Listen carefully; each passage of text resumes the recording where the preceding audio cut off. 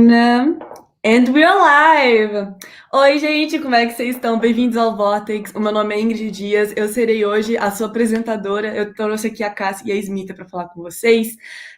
E sejam bem-vindos a mais um episódio do Vortex Internacional. Essa é uma série de vídeos sobre o porquê olhar ecossistemas internacionais, mas neste aqui nós iremos trazer grandes mulheres empreendedoras ao redor do mundo para falar com vocês.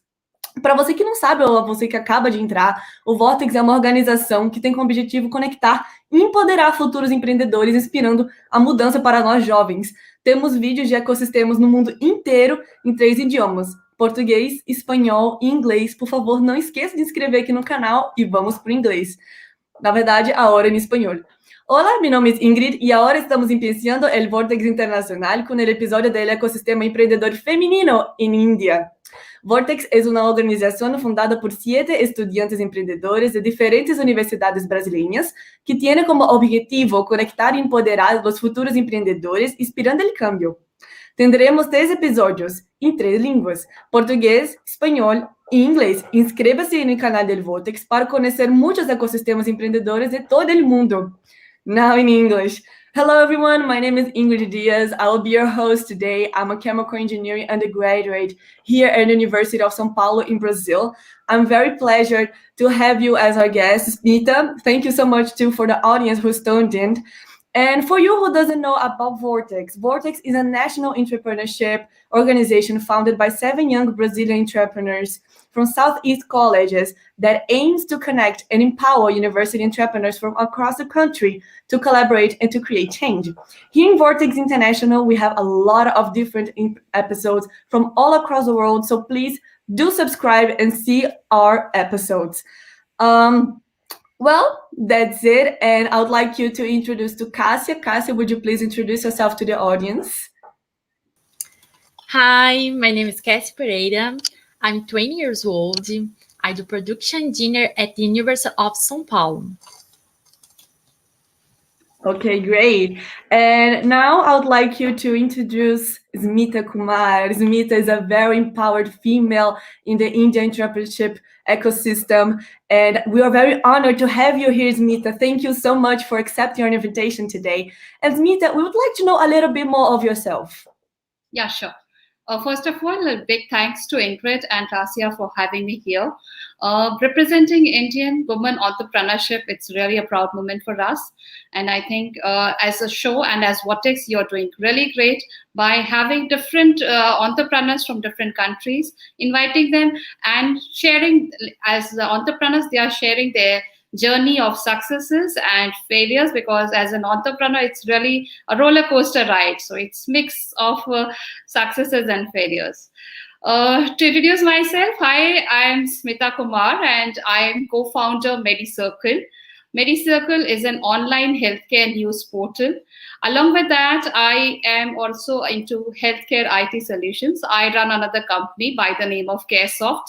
Here we design and deliver hospital management and healthcare IT solutions for all clients across the globe.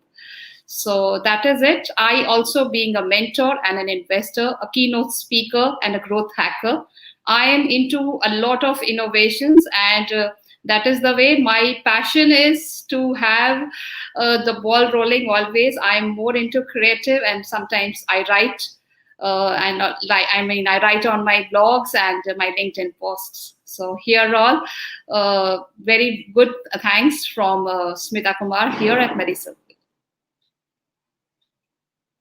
Well, that's amazing, Smita. We would love to hear more about it in the next questions.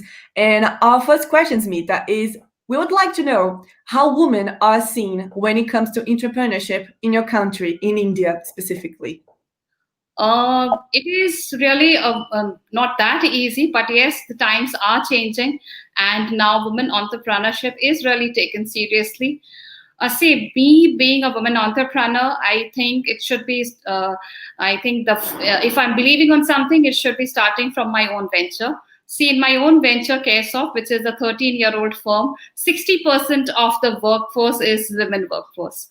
So I promote a lot of women workforce, and I try and try to hire even those females, women, people who are not that capable of the job. But still, I believe that they are more honest, more hardworking, and very much dedicated to their work.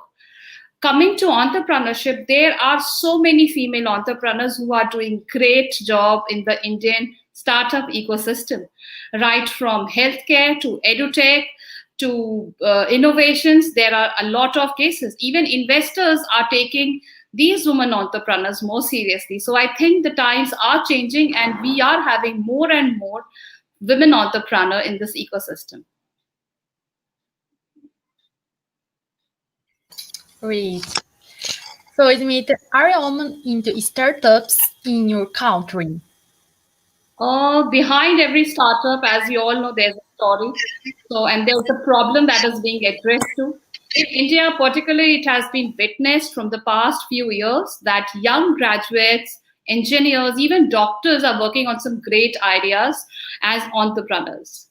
India is a land of creative ideas, like solutions to a problem comes naturally to most of us Indians, which is also called jugaad sometimes. And hence one will witness out of the box ideas enable startups here. The key to a successful startup, what I believe, is the idea, but the execution is the pillar. So I think they go both hand in hand, the idea and the execution. For some startups, this combo is present, while the others generally fail or suffer losses. So when the idea is formulated and executed, the main challenge is the survival. So this means the phase mustn't be too short or too long. And many of the Indian startups are not ready to give in the survival phase and look out for immediate boom, which a lot of young entrepreneurs especially feel that it should be kept rolling from the beginning of 6 months. But there is a time in which the business gets matured. So many, in this case, a lot of them fail.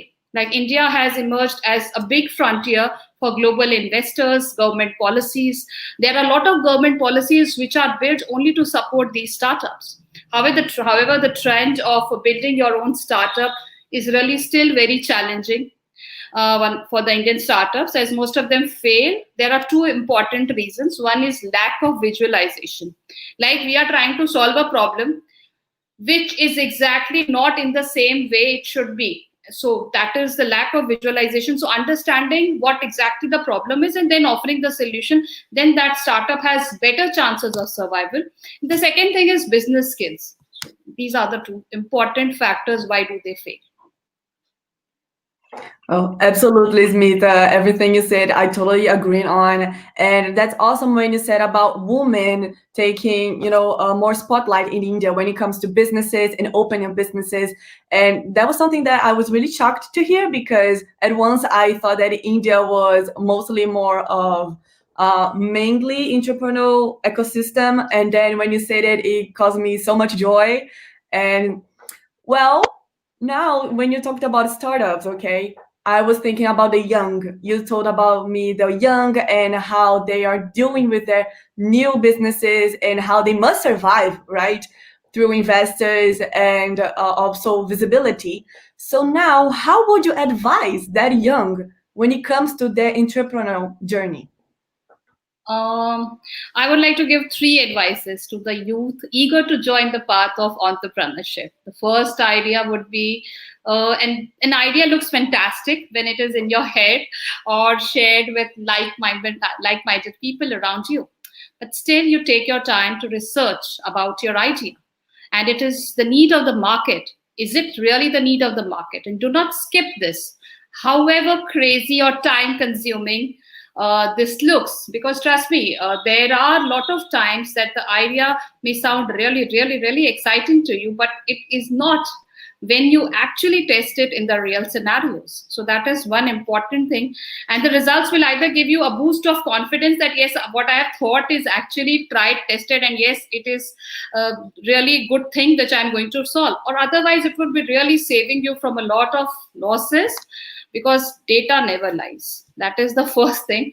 Second thing is, a good team can conquer the world, they say. So it is very important to have a passionate and good people around you whom you can yourself look up to, because see, at this beginning stage, you need people whom you can rely. So that is really important. So building a great team is really, really good.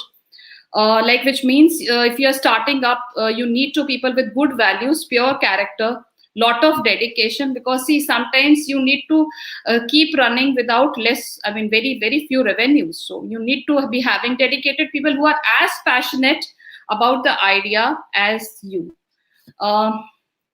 The third thing is having a great mentor is a blessing. So for each entrepreneur, which I feel is really, really, really needed.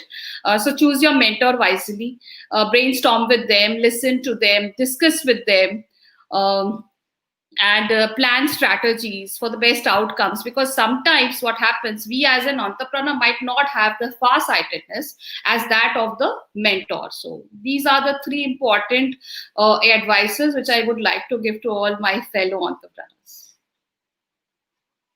Well, that's great, Smita. Three great advices. Absolutely, the mental one and the passion are the keys when it comes to opening your businesses. Now, Cássia? Great. Is there a unique business where women are the majority in your country? A unique business. Okay. Yeah, there is a startup. It is called Papers and Parcels. It has been started by a 13-year-old named Tilak Mehta in 2018. So he started it on the lines of Ola and Uber, which are the two important, very famous cab services here. It is his courier services, which he actually promotes, started on the lines of Ola and Uber. He got that idea when he wanted some books from another end of the city urgently, and there was nowhere to go. So the idea of carrying papers in small parcels within the city of Mumbai for assured intraday delivery struck him, and he roped in this famous Dabba Walas of Mumbai for the end distribution work. I hope you have heard of the Mumbai Dabba Walas. This is a Harvard Business School case study. Let me just quickly brief you about them. What is this? Because I also belong to Mumbai, and it is really, really proud that the way they are managing their business. Like Mumbai Dabba Walas are people who deliver meals prepared in customers' homes to their offices and then return the empty dabbas. That is the metal lunch boxes. This is a system which you can say it is on-time delivery every time. So this is a Mumbai-based organization which achieves the very high service performance, that is 6 Sigma level. And I think it's equivalent or better than that, with a very low cost and a very simple operating system. There are 5,000 or so Dabbawalas in the city and have an astounding service record. Every working day, they transport approximately 130,000 lunch boxes throughout Mumbai, and which is the world's fourth most populous city. So that entails conducting upwards of 260,000 transactions in 6 hours each day, 6 days a week, 52 weeks a year. But the mistakes are extremely rare. And let me just tell you the figures of the mistakes. The estimated error rate is just one delivery in 16 millions. And it is like no wonder FedEx has also visited them to discover the secrets of their phenomenal reliability and the way they are carrying this supply chain process. So amazingly, these Dabbawalas are like the semi-literate workers and who largely manage themselves, have achieved that level of performance at very low cost in an eco-friendly way without the use of any IT system, which is really, really the way we see startups. We always see and we always think that the IT and tech needs to be there. Now see these people, they don't have any IT backing, even not cell phones. So this is one true example, the way these systems are running, and it's running really great. Well, that's great to hear. Varaj also talked about us in other unique businesses. I can't recall it right now, but it was awesome in the same way. I love how Indians have such innovative minds when it comes to startups and doing projects and doing social projects too. That's amazing. And now I would like to know something more personal, okay? In your opinion, how do your country's culture and education can be game changers for women determined to become great entrepreneurs? I definitely agree that culture is like the main influence for domestic business trends. And as a part of different nations, we live in a whole new world and ecosystem with diversified cultures and beliefs. So naturally, what one has to offer to the world is influenced by the beliefs he or she might be having or has inbuilt. For example, a lot of Indian startups focus on organic stuff. I just happened to take some interviews, and it was about Ayurvedic teas and the way it can actually help. In such medical conditions, it can really help the patient. So Ayurveda or eco-friendly things, which brings us back to our culture of love and respect to the mother nature, is actually being influenced by the culture what we Indians have. Like yoga, meditation is there since ages. We might not have been known, but due to thanks to Corona, we all have become so health conscious. We have started alternate ways of healing, alternate ways of well-being. We have started finding the difference between sickness and wellness. Unless and until, right, in Indian, what is the common psych? We generally visit a doctor once we are really, really sick.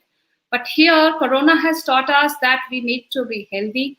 We need to be taking care of ourselves, even if the doctor is there or not, through online or consultations or whatever, through yogas, meditations, organic products, a lot of these things, which were earlier not at all there, but they existed for the long ages.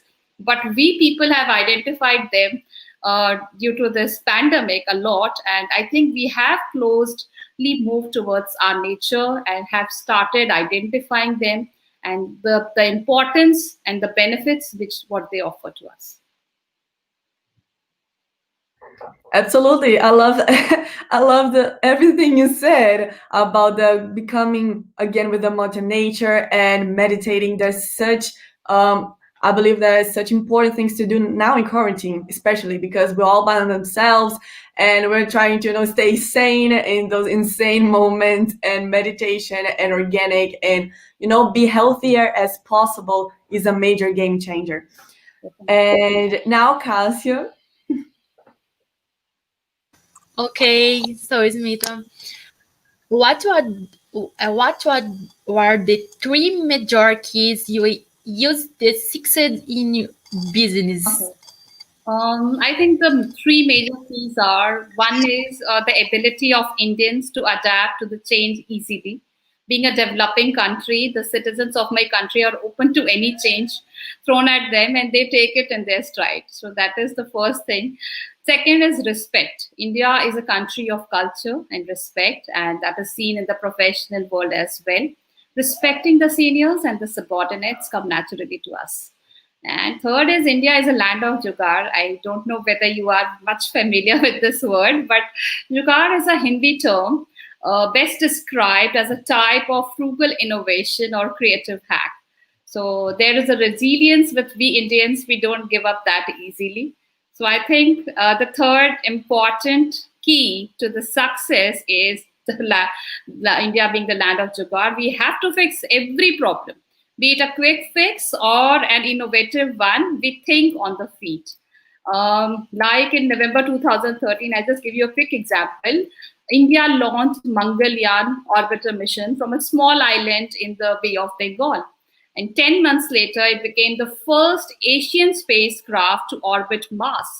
At $75 million, Mangalyaan was a slip compared to the other space launches.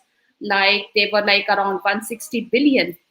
So it operated on a shoestring budget thanks to reusing spacecraft modules and performing fewer ground tests. Videos posted by the Indian Space Research Organization, ISRO, even showed some scientists wearing plastic shower caps, presumably in lieu of protective headgear. Even our Prime Minister, Shri Narendra Modi, had said in one of his address to the nation that sending one rocket into space costs less than the budget of this Hollywood film Gravity. So the very Indian philosophy of jugaad has become the order of the day.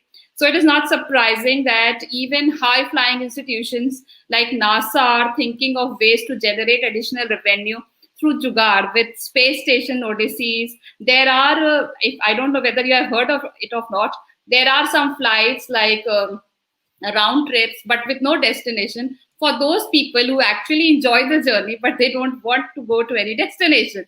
So these things are actually coming from this jugaad thing, which is actually originally an indigenous brain. We generally don't give up, and we try to solve the problem in any way, either the quick one or an innovative one. Absolutely. And the 3 keys you said about your succeeding and how Indians know to their determination and know to have respect, right? Know to follow their culture as well. I believe is absolutely most important when it comes to your journey, right? Your journey as entrepreneur, as a great woman entrepreneur who got into businesses and is flourishing right now. And like that, I would like about the companies and projects you work in. Can you tell a little more about them? You told us a little bit in the beginning of the live, am I right? And we're very curious to know, and I'm very sure the audience also wants to know that. Yeah, I started my journey as a software engineer. I basically am a software engineer. I used to code programs, and I'm actually seeing these ads like people are now very much keen to get their kids coding enrolled for coding. At that time, being a software engineer was really, really a coveted job. But actually, I never did any corporate job. It was like my family business, which I started in March 2007. It was CARESOFT, which I founded with my co-founder Prashant. He is also an engineer. So we both started he was also my husband and co-founder. So we both started CARESOFT, and it took us at least 3 to 4 years to settle down. It has entered its 14th year, and we are approximately 500 plus clients in and around India, and a global presence in 9 countries. So, and the best part is not about the facts and figures. The best part is actually I'm trying to solve some good problem.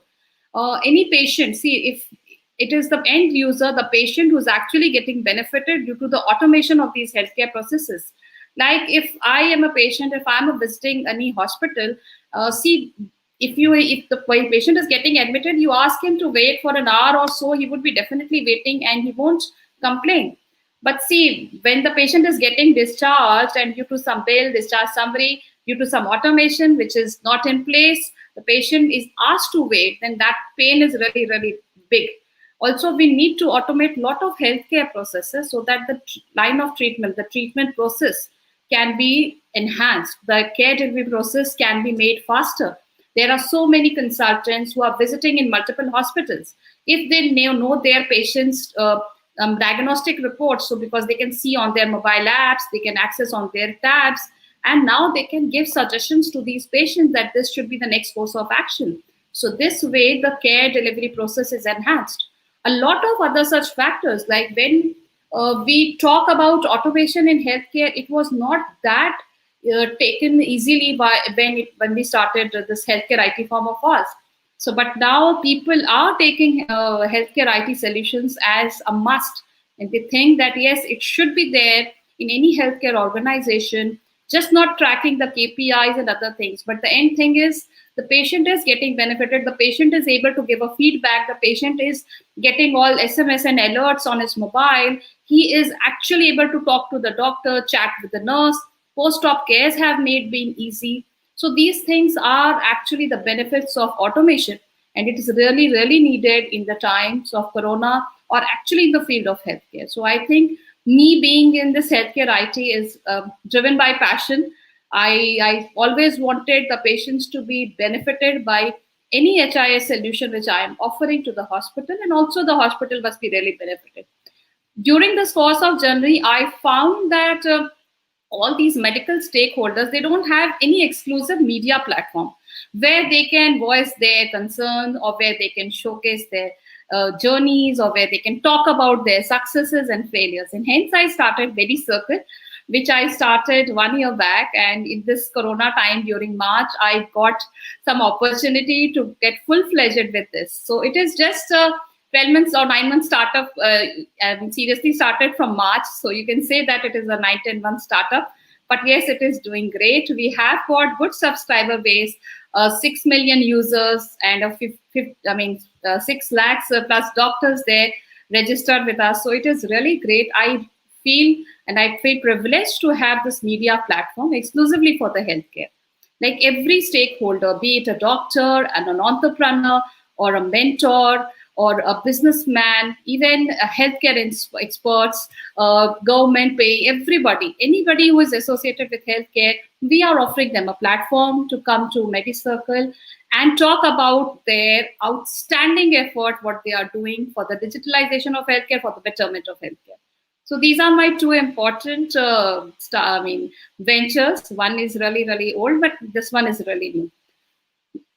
I am also working on another startup, which is Medical Exchange. This is this is an e-commerce B2B portal.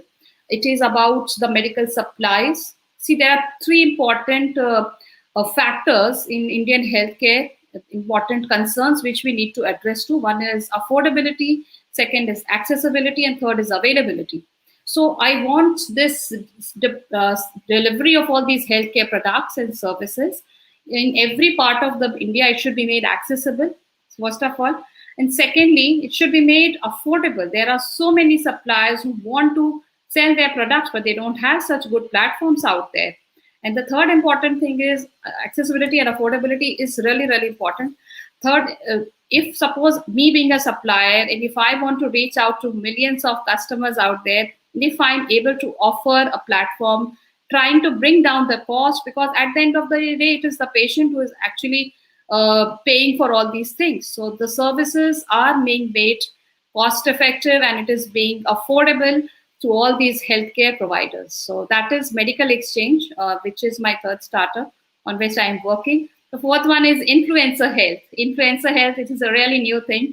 Anybody who influences, anybody is like, it is like about a TV celebrity or a Bollywood or a Hollywood celebrity, a politician, anybody, a cricketer, anybody, a sports person. So if I can influence, if I have got a fan following, if I've got some followers, I can influence the person. And influencer health is like, as I would give you an example, like Mahatma Gandhi has this book. He always said, my life, it is a message. It is an example to all those who can actually be influenced by my ways, my work, and my actions. Like in India and even abroad, everybody, we actually always idolize somebody. We always have this thing, okay, wow, he's or she's so great. And why can't I be like him, or why we should be following him or her? That is one thing. So that is why I started this platform. Here we are asking health-related questions to these celebrities, because health is really, really important. After Corona, as we all have become health conscious, now it is very easy for these health celebs to promote what are their health secrets and mantras among their followers. So trying to make India more fit, more healthy. This is one initiative which I have just started. I think it is just 1 month. But yes, it is again in the initial stages and we are trying to roll it out. I'm absolutely stunned by your work and your passion by helping your people in India in every kind of way, especially when it comes to innovation, right? You said about mobiles, you said about websites, you said about making people connect to each other so they can make more improvement in their society. And that's absolutely marvelous, marvelous, marvelous, marvelous. I am a scout myself, and when I see projects like that going on, I feel so much pride, and I feel so, it's such a great feeling of joy. And thank you so much, Smita, for doing your work. You've been doing amazing work and also inspiring us women in doing such work too. And now Cássia is going to make this question. It's a very good question. Okay. So, Smita, desculpa, sorry. Are you an investor? If so, what is your advice to new investors?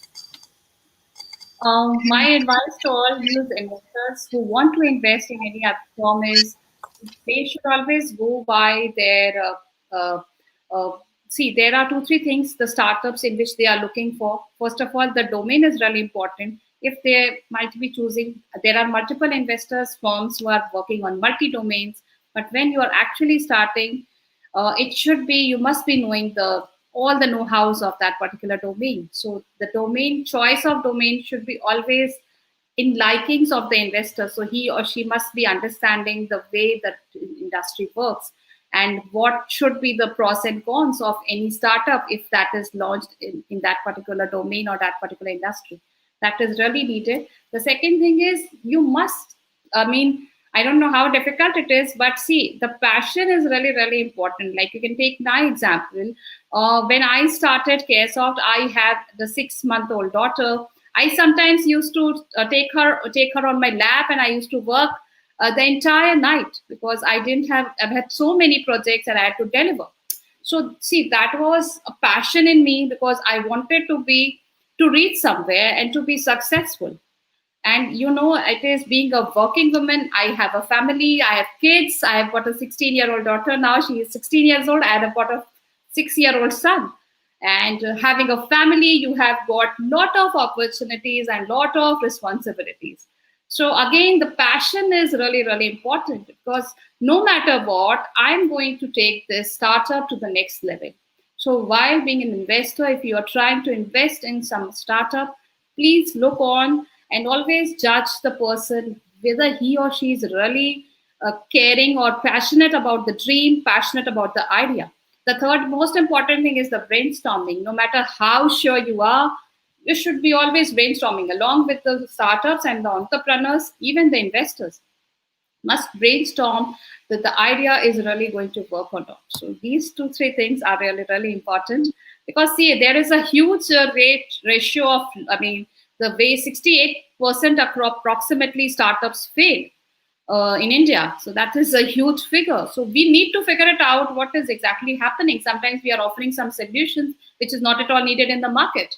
Or sometimes the solutions are obsolete when it actually hits the market.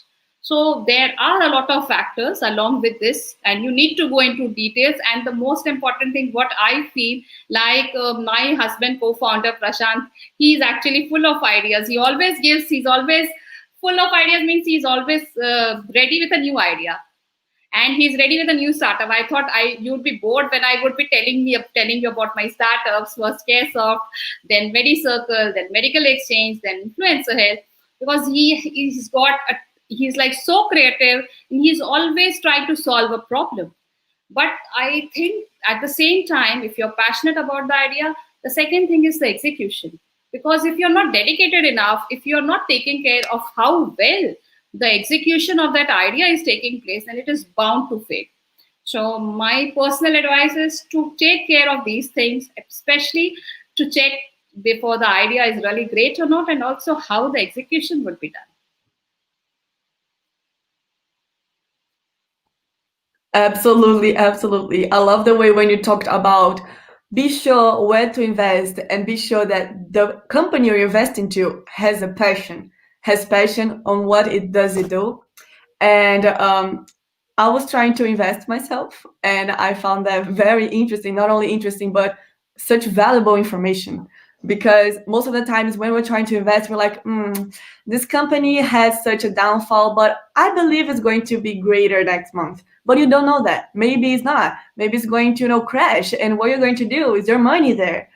And especially the young, especially in quarantine times, people are more eager to know about investments, more eager to know about how do I make my startup grow. And the market now is in such a a perfect place to be right now, because everyone's starting to get into it and money is flowing, money is going across the globe. And now I would like to ask you a little bit more personal question, because I would love to hear it from you. You're such a funny and full of joy person, and I love that. And what inspires you, and who inspires you? What do you do in difficult moments? There's most of the times when you're looking at some problems in your life, sometimes you don't see the full picture. And when we talk to people who are more mature and experienced, maybe we can learn how to make that problems fade away. So I'd love to hear that from you. Sure. So my biggest inspiration is my mother. I have seen her from the childhood days. She was a homemaker. She was not a businesswoman, but she is my inspiration. Why? Because I have seen her solve small little problems with a vigor, with a passion, and with a lot of dedication. And I think I have inherited all these three qualities from her only. There are a lot of difficult times. I hope you might be knowing, being an entrepreneur, it is really never easy. There are so many things you need to take care about: compliances, you need to take care about your employees, again, the way the success ratio is going, how well is your company performing, your marketing campaigns. There are so many things. Yes, but at the bottom of your heart, you must be cool and calm. You must be dedicated that, yes, this is my focus and I have to reach there no matter what happens. So I give the entire credit of my success to my mother and also to my husband Prashant, because he has been there throughout the journey. Like, there are a lot of people who say that husband wives are not good co-founders, and people sometimes don't want to invest with a co-founder who are both husband wife, because what happens if they fight or if they get divorced or something. So those thinkings are there in India, but to the contrary, I have been really lucky that I have Prashant with me by the side, because he never interferes in my work. I never interfere in his work. So we have our jurisdictions.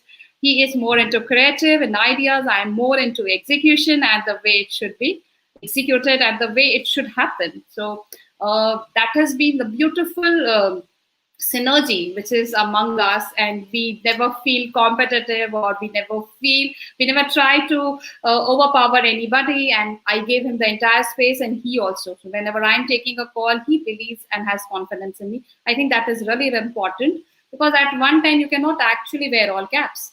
So it is really needed that your co-founder can have the best, those qualities which you don't have. Like, I'm not that creative, but he is. So, but because every person may not have all the qualities. I think left and right brain, 50-50% both working. I am more into execution and other things. I'm more logical while he's more creative. So having him as a co-founder for all my ventures, it's really, really beneficial for both of us. And it has also been awesome that we have completed our 15 years together. And still, I think it is just yesterday we met him.